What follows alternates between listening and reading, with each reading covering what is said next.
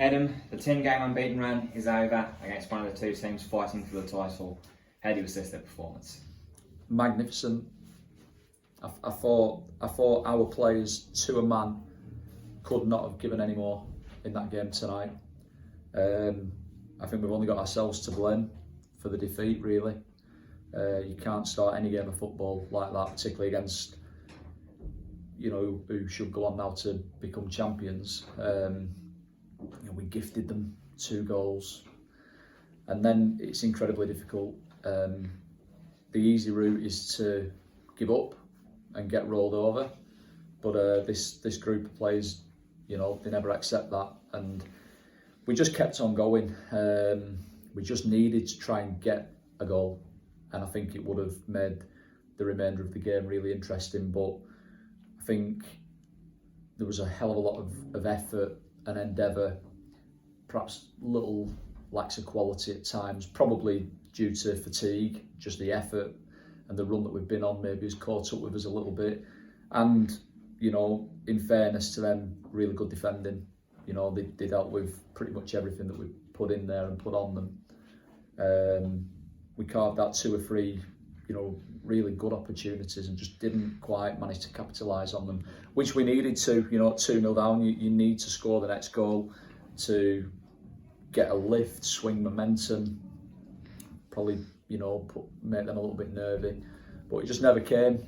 But I have absolutely no issues whatsoever with the performance and the effort of the players. We had to change tactically with losing Ryan Hall. We couldn't really play on the break, so we went with George up there and Jimmy just to give us, presence and platforms to put it into them a bit quicker. And I felt we got a little bit of joy from that at times. Landed on more second balls in the second half and managed to work it into wide areas, put balls in the box, carved out a couple of good opportunities. I think Will had a good one early doors at the back post, which 9 times out of 10 he dispatches, but probably a bit of fatigue. Hanks had a great one that fell to the edge of the box and put it just wide. And I think in the first half, we had opportunities off a couple of corners. One cleared off the line, one just kind of fell straight to the keeper's hands. But they're the only team that's beaten us twice this year. There's 24 teams in this league, and that's the only team that's beaten us on both occasions. I'm pretty certain I'm right in saying that. I have double checked, and I think I am right. But look, fair play to them. They'll leave here knowing that they've been in a real game, and they had to work bloody hard for them 3 points. But that's took them top now, and wish them all the best for the future. But I thought my lads were fantastic. You mentioned Ryan Hall there being forced into that early change, and also another early change that was made was Tom Pearce at half-time. Both looked like that they were forced changes due to injury. What's the early looks on there? Well, yeah, exactly that. Ryan felt something in his knee. It's never good if it's around your knee, so we'll have to see how he is. Pearce has got a terrible gash down his leg. Just couldn't continue. But listen, I don't want to go on about referees, but completely just not good enough. The 3 of them. I don't think he got much help from his mates on the sidelines either. But just not good enough.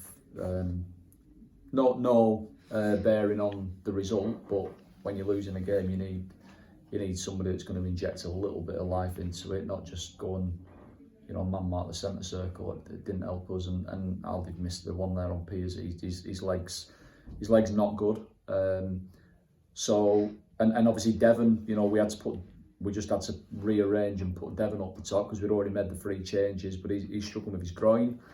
So we are literally the walking wounded, but we'll get ready to go again on Saturday.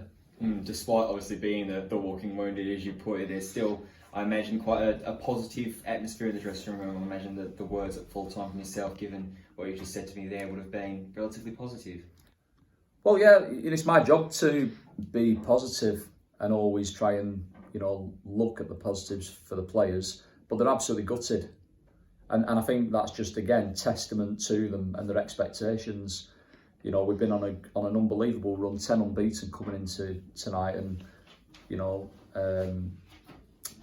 you know, it's one of the full-time clubs, and you know, now obviously table toppers that have ended that run, and we've pushed them right to the very end. Would have been so easy for us to just roll over and get steamrolled, and we didn't, and we never ever give up, and that's why we have to be positive now, going into the last game of the season, because you know the task is really, really massive for us. But we knew that anyway.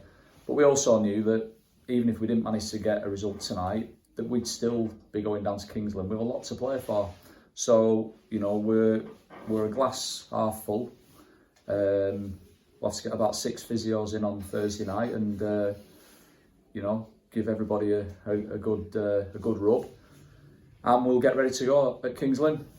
It's an enviable trip to go down to as well for Kingsland Town, who will now be chomping at the bit to try and get themselves back into some kind of fighting position for the league title. How do you feel about this game now to end off the season?